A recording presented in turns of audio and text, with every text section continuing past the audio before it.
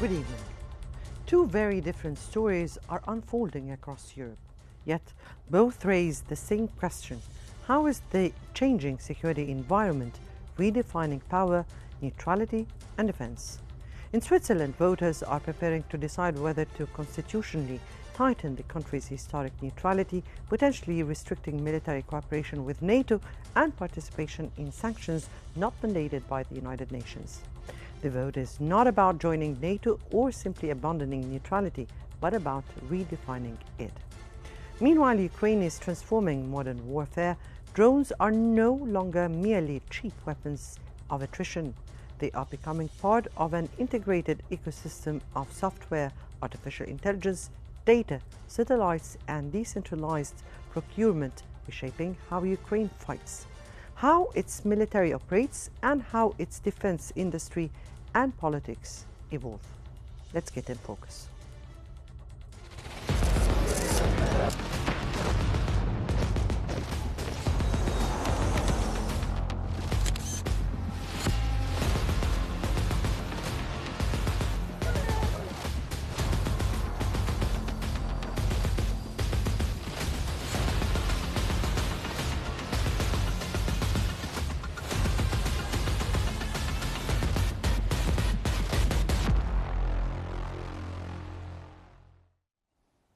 Switzerland is heading toward a September 27th referendum on whether to constitutionally tighten its historic neutrality. The proposal would restrict cooperation with NATO and prevent Switzerland from joining economic sanctions unless they are backed by the United Nations. Supporters led by the right-wing Swiss People's Party argue that neutrality has been weakened by sanctions against Russia and growing security cooperation with the West. The government and most political parties oppose the initiative, warning that rigid neutrality could isolate Switzerland, weaken its security, and reduce its diplomatic flexibility. Recent polls show voters leaning against the proposal, but the campaign could still narrow the gap before the vote.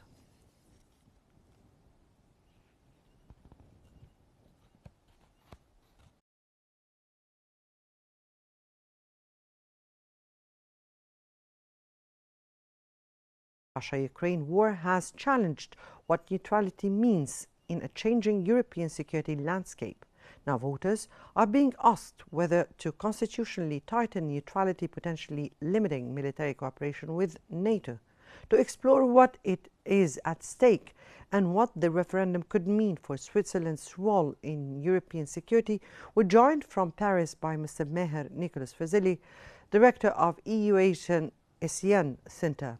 Mr. Fazeli, thank you for joining us here. And let me start by asking, with the fundamental issue, what exactly are Swiss voters being asked to decide on the September 27th?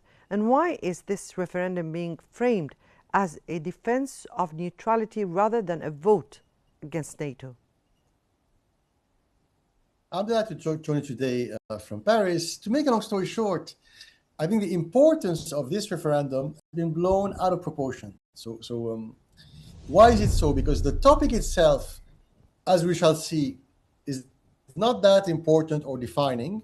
And there's another issue here is the margin. The opinion poll margin is wide. So usually in Switzerland, in Swiss politics, when the margin is narrow, typically it's about a very crucial, important issue where the voters are divided 51-49 or 52-48. But here we have a 9 or 10% margin. So most people, according to the latest opinion polls, they will vote against it.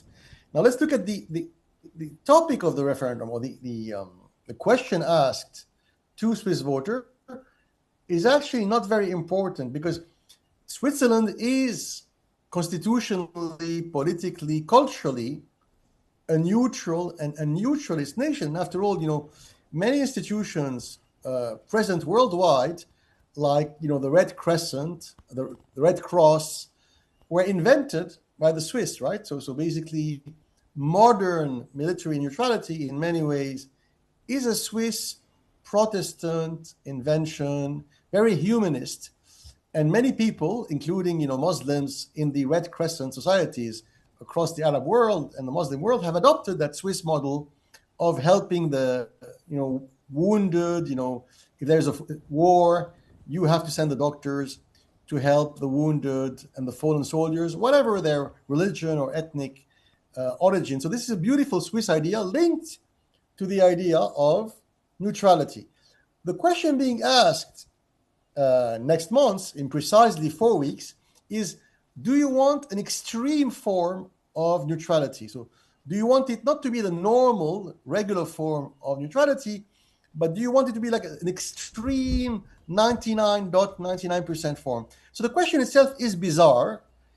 It's not telling people, do you want to abandon neutrality? It's telling them, do you want to be extremely neutral? What is the hidden question? So there is a hidden question behind it, because the question itself is not very important. There's a hidden question is, the Swiss government is very concentrated. It's made of 7 super ministers. And typically all the political parties, from the far right to the left, they tend to coalesce in a big coalition, right? And there is the most important party today in Switzerland for many years is a far right nationalist party called SVP. And these people are nationalists and they are ultra centrist. So they would like to have an extremely centrist, extremely pacifist neutralist. So they want Switzerland to be super neutral. And 40% of the voters agree. So you have a big block of right-wing nationalists, mostly German, Swiss German speakers, who believe in that extreme neutralist, anti-NATO, if you will, definition of neutrality, right? But even though 40% of the Swiss voters, they like that party and its ideas, right-wing ideas, if you will, in the government made of 7 ministers, they only control 2 seats. So even though 40% of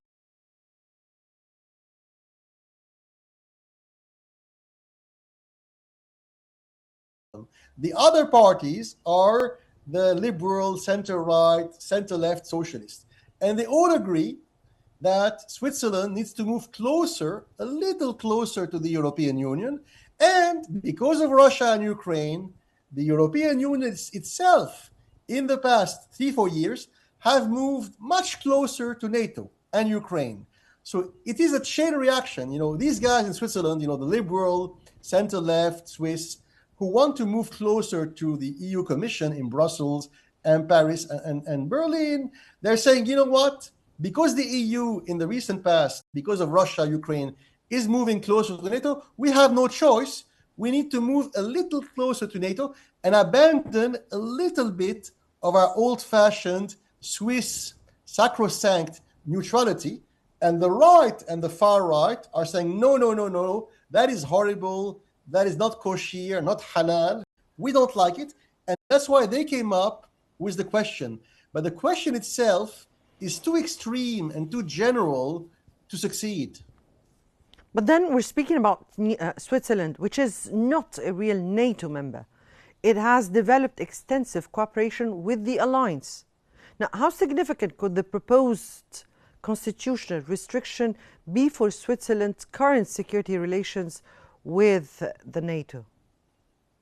Not much. So basically, this is also another issue. The media and the politicians are making a big issue of it. In reality, not much. So, whatever the outcome of the vote, and more likely than not, the outcome of the vote in 4 weeks will be no. So that question, that referendum will be rejected. But whatever the outcome, it won't change much. Why?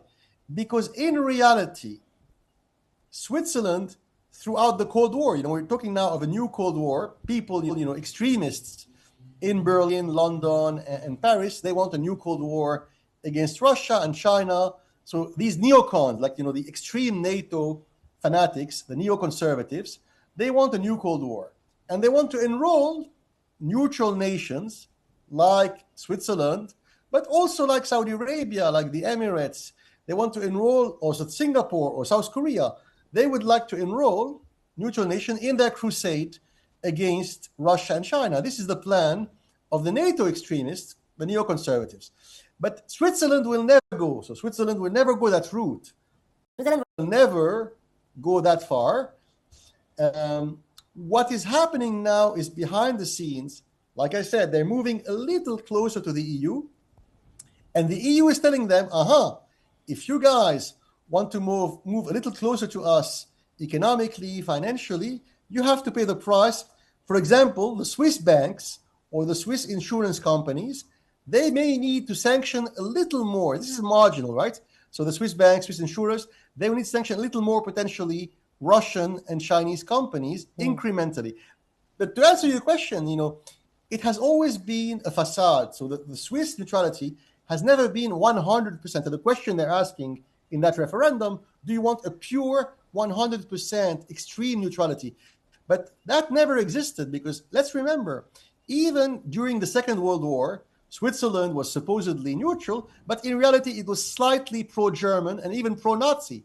After the Second World War, during the Cold War, Switzerland was supposedly neutral, but in reality, in secret, it was pro-Pentagon and pro-CIA behind the scenes. And so behind the scenes for 70 years, during the Cold War era, you had something called the Gladio, the secret CIA Pentagon program. And guess what? Switzerland was at the heart of the Gladio program, even though on paper, and if you saw the Swiss flag and the Red Cross, you would be led to believe that Switzerland was 100% neutral. So that extreme form of pure neutrality never existed, but let's say that they are rather neutral. By the way, just like Saudi Arabia and the Emirates and South Korea, they are rather neutral. They're not 100% neutral. It is very difficult to be extremely, totally neutral, and unless you are the Vatican, right? If you are the Vatican or San Marino, it's difficult to tell the other states, I want to be purely neutral. Usually, when someone is neutral, he's slightly with one camp or slightly with the other, but he's not really neutral. That perfect non-alignment, with all due respect to the country of Gamal Abdel Nasser, perfect non-alignment is a fiction. It's very difficult to be perfectly neutral. So we're speaking here about the demographic factor that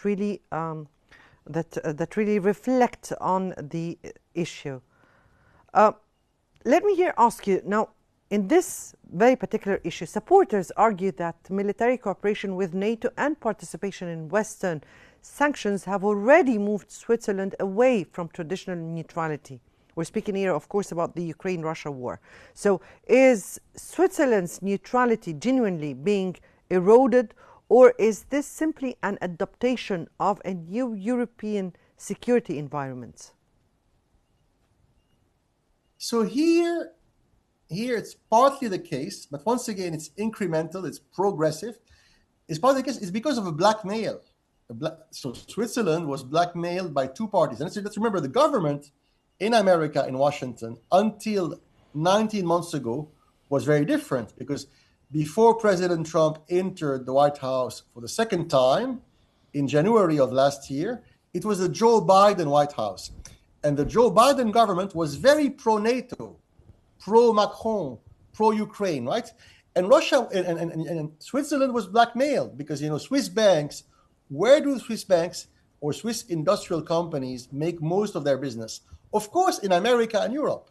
And the poor Swiss were blackmailed. So the Americans and the Europeans told them 4 years ago, when the Ukraine war started, if you don't sanction Russia, we are going to hit Credit Suisse and UBS and all the Swiss financial industrial institutions in America and Europe. So the Swiss were forced to comply with the sanctions regime because of a blackmail by the US federal government and by Europe, not because the Swiss all of a sudden woke up one good morning and decided not to be neutral. At the end of the day, it's always the balance of power, and that balance of power is very cruel. Today, the world has changed because Trump is not a NATO fanatic. Trump is not a neocon. So Trump is no longer putting pressure on Switzerland. That is good. But Europe, people like von der Leyen and Macron, are still pressuring and threatening the poor Swiss.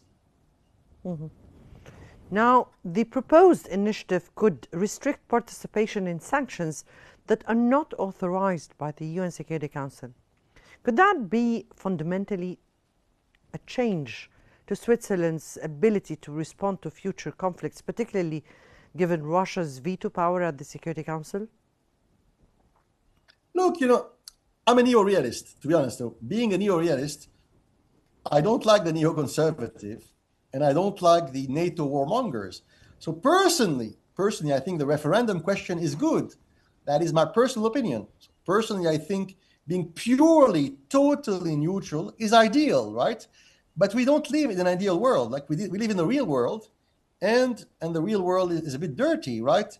And as a realist, I understand that. So I think ideally it would be great if Switzerland only followed actually UN Security Council mandates or requirements. And you are right, at the UN Security Council in New York, Russia and China have veto power. And I think it's good. I think it's a very good thing, to be honest, that Russia and China have veto power. Why is it a good thing? Because it brings some kind of balance. What the world needs today, the world is becoming more and more unstable, brutal, violent. And the only way to stop the violence, to force people to negotiate, to force people to do diplomacy, not war, is by having that balance of power system. And this is what we have at the UN Security Council. We have that sort of French, British, American, Chinese, Russian balance of power, and it's great. But France, for example, is no longer neutral. For 60, 70 years, France was neutral. Today, France has changed. It has become a pro-NATO, pro-neocon government. And so what I'm coming at, it is good for the Swiss to say, ideally, we only follow UN Security Council mandated sanctions. But in reality, because Swiss companies, they do business with Germany and France and Europe, if the German and the French and the EU Commission, if they pressure the Swiss, if they blackmail Swiss companies, in most instances, Switzerland, being small and isolated, will have to yield to that European pressure, sadly. Mr. Meha Nicholas Fazeli, we thank you so much for joining us and for those very thoughtful and fruitful insights.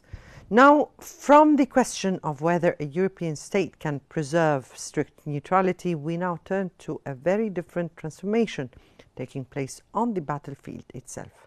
Ukraine's war with Russia is becoming a laboratory for a new kind of warfare, one where the decisive weapon may not be a tank, a fighter jet, or even a drone by itself, but the digital ecosystem connecting them.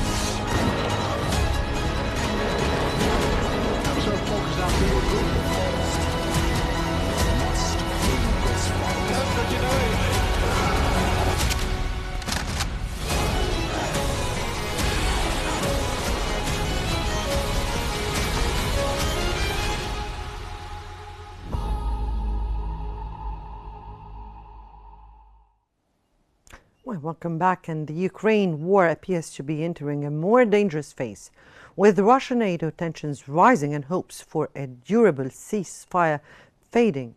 Barons argues that even if the Iran conflict cools later this year, renewed escalation in Ukraine could create significant market volatility. The key risks include intensified Russian attacks, deeper Western involvement, and pressure on energy and defense markets. While a major escalation would be needed to produce a sharp oil price shock, investors should prepare for greater uncertainty and volatility.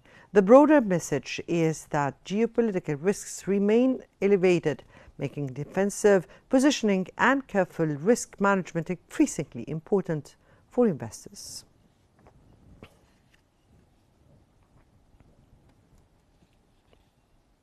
Right, to examine the latest escalation, the changing drone battlefield, and what this technological revolution means for the future of the Russo-Ukraine war, we're joined from Kiev by Mr. Peter Dickinson, Ukraine editor at the Atlantic Council.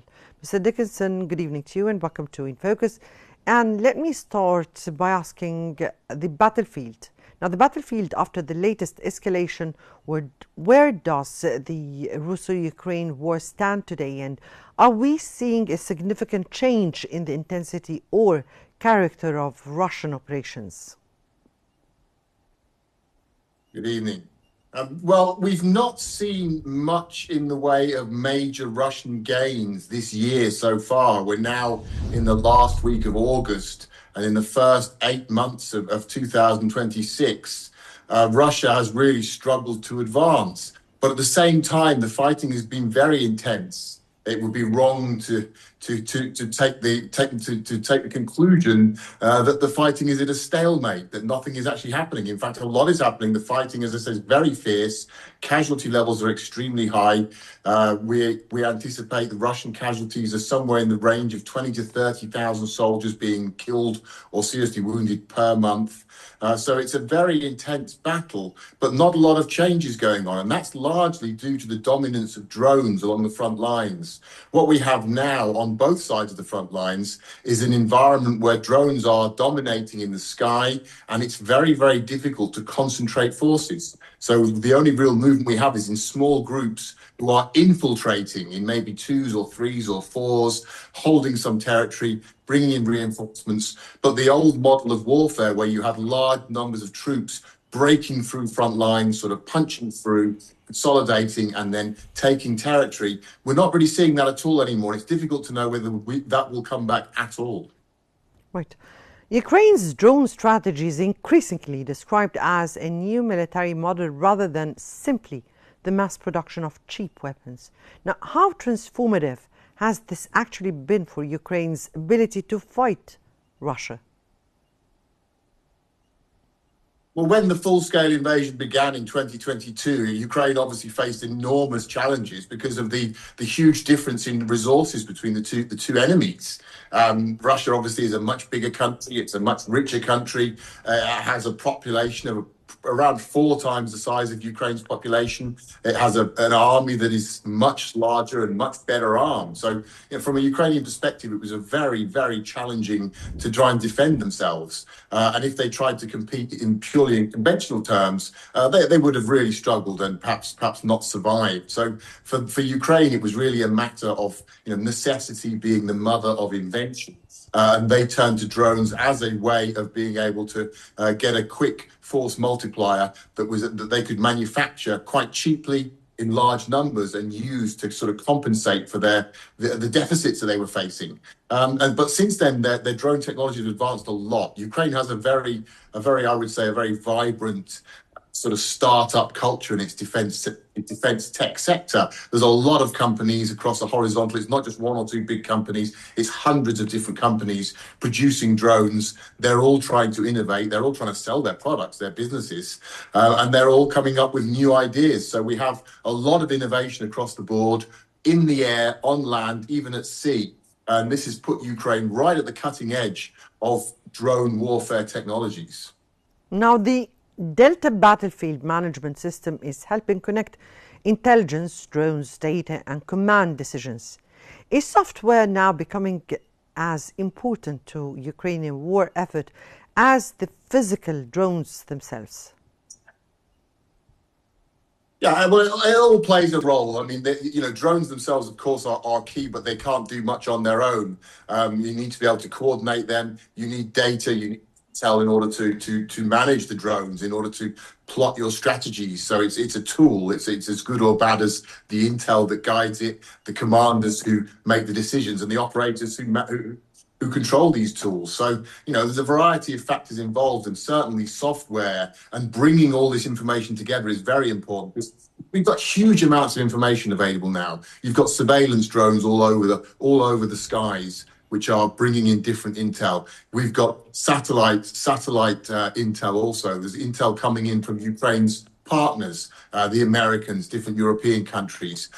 Ukraine has its own sources of intel in that sphere, in the space cosmos sphere. So, there's enormous amounts of data to wade through. And if you didn't have good software to filter it and to layer it on top of each other and to make sense of it, it would be, I think, almost counterproductive. So certainly that plays a huge role. And these tools that Ukraine's developed are arguably as important as the drones themselves. Now, Ukraine is also decentralizing defense procurement, allowing frontline units to influence what technologies are developed and purchased. Could this create a fundamentally different military structure, one in which innovation flows from the battlefield upward rather than from military headquarters downward?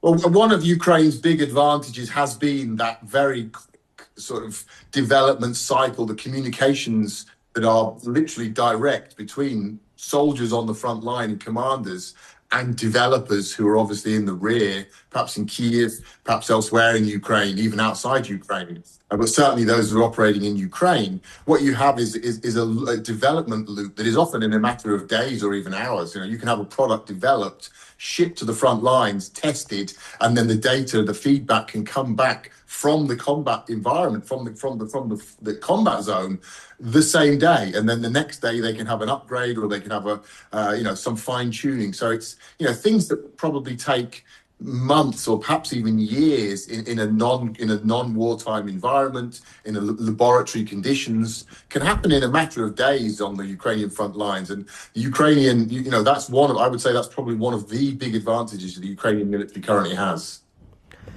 Right. Elon Musk's Starlink remains an important part of Ukraine's communications infrastructure, and President Zelensky has now honored Musk for Starlink's role. Now, what does this tell about the growing influence of private technology companies over modern warfare? Well, I mean, the role of Elon Musk, I think, is very interesting and in some ways quite alarming. Why is this private individual able to have such a big influence on a major war? There's no question that the Starlink system has been extremely important for Ukraine. And we saw earlier this year when Elon Musk removed Russian access to it, which Russia had gained illegally in Ukraine. When he removed that access, it played a big role there undermining the Russian war effort. So a very important tool, and basically a private individual able to rule which way it goes, who gets to use it and who doesn't. So it raised a lot of questions about his personal influence here and in general the influence of private companies. And I think Ukraine's recent decision just the other day to give Elon Musk a very prestigious state award, I think speaks volumes that they're trying to keep, to get on his good side here because he is so influential. And, we have to wonder, where's that going to lead when you have private individuals who are able to make decisions which could potentially decide major wars? Mm-hmm. Now, Russia is rapidly adopting its drone capabilities, including the countermeasures against Ukrainian electronic warfare. Is Ukraine still ahead technologically, or is Russia increasingly closing the innovation gap?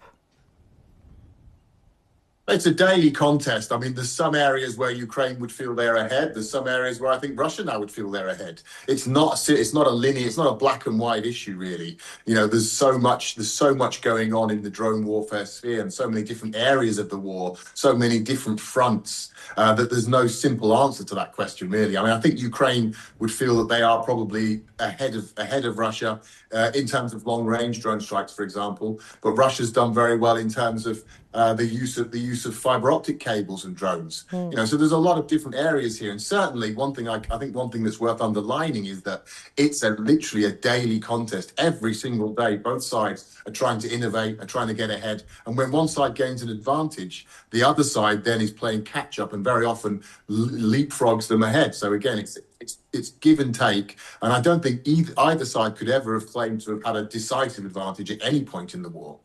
Now, President Zelensky has simultaneously appealed to China to use its diplomatic influence to help end this war. How important could Beijing become at this stage, not only diplomatically, but also because of China's role in global drone and technology supply chains? Well, China's actually supplying both sides of the war to a certain degree. China provides a significant amount of the technologies that are used by Ukraine's drone producers. Now, Ukrainians are aware that that's a potential risk. They understand that China is fundamentally an ally of the Russians. So, there's always the threat that they'll lose access to these parts. So, but if you talk to Ukrainian drone producers, one of the issues they discuss is reducing that dependency on China. And I think at the beginning of the war, that dependency was almost total. It was very, very high. I think now it's gone down a lot, but still it's there. They're still getting a lot of components from China. So that's an aspect of the war I think that doesn't get talked about much. People tend to focus on how China is supplying the Russians, which they are. But it's also, I think it's important to underline, they're also supplying the Ukrainians because they have such a stranglehold over these technologies. But I think if we talk about the diplomatic aspect of it, China could have a huge impact if they chose to, but there's no real sign that they wish to. I would say that China probably is benefiting from the war continuing, and their interest is best served by keeping the war going.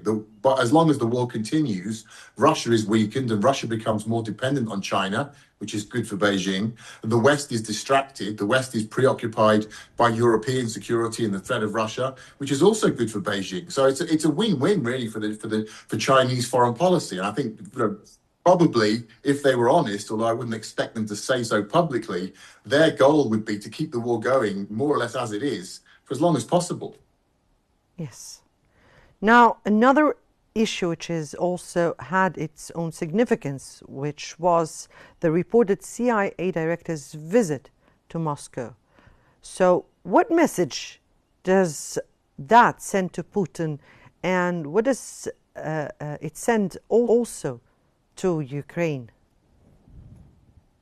Well, I mean, we don't have official statements on what was discussed, but the information that we have and the reporting around the visit suggests that it was very clearly a message from the Americans, a warning from the Americans against any sort of further escalation by Russia against NATO. A potential limited incursion or attack from a NATO member country. Now, we saw in recent weeks American intelligence services released an assessment saying that could be on the table. They didn't say it's going to happen, but they said it might happen and it could be as soon as within the next weeks. So clearly this is something that the Americans are aware of and they're concerned about. And I think it really speaks volumes about how Russia may be looking to increase pressure on NATO and on Europe. And we're seeing this in different areas. We're seeing in the last few months, we've seen an escalation in Russia's so-called hybrid war against Europe. It's grey zone activities, drone incursions, missile strikes in Poland. We saw recently at the Leipzig airport in Germany, there was an incident involving a number of armed Russian drones. There's been assassination plots and sabotage. So all these kinds of activities have been growing as part of efforts by the Russians to intimidate Europe and to pressure them, presumably to encourage them to step back from Ukraine, to reduce their support for Ukraine. And the Russians have not received a lot of pushback there. The Europeans have not been very firm in their response. So now we have a situation where the Americans are saying there could be a threat to NATO. And now this visit is a strong indication, I think, that they are sending a message to Russia saying, don't do it. Despite the fact that Trump may say he's not a big fan of NATO, he doesn't want to defend Europe. They don't want the Russians to get the wrong idea and think that America is just going to abandon Europe. I think the American message would have been very clearly to Putin and to the Kremlin, don't do this because America will respond and the consequences will be very severe for Russia. So this is how this visit is seen, or the vision of the Ukraine to such an important visit. Remains to be seen. Mr. Peter Dickinson, we thank you so much for joining us here from Kiev. And I guess that was In Focus. Many thanks for watching and stay tuned for more updates on Qnews.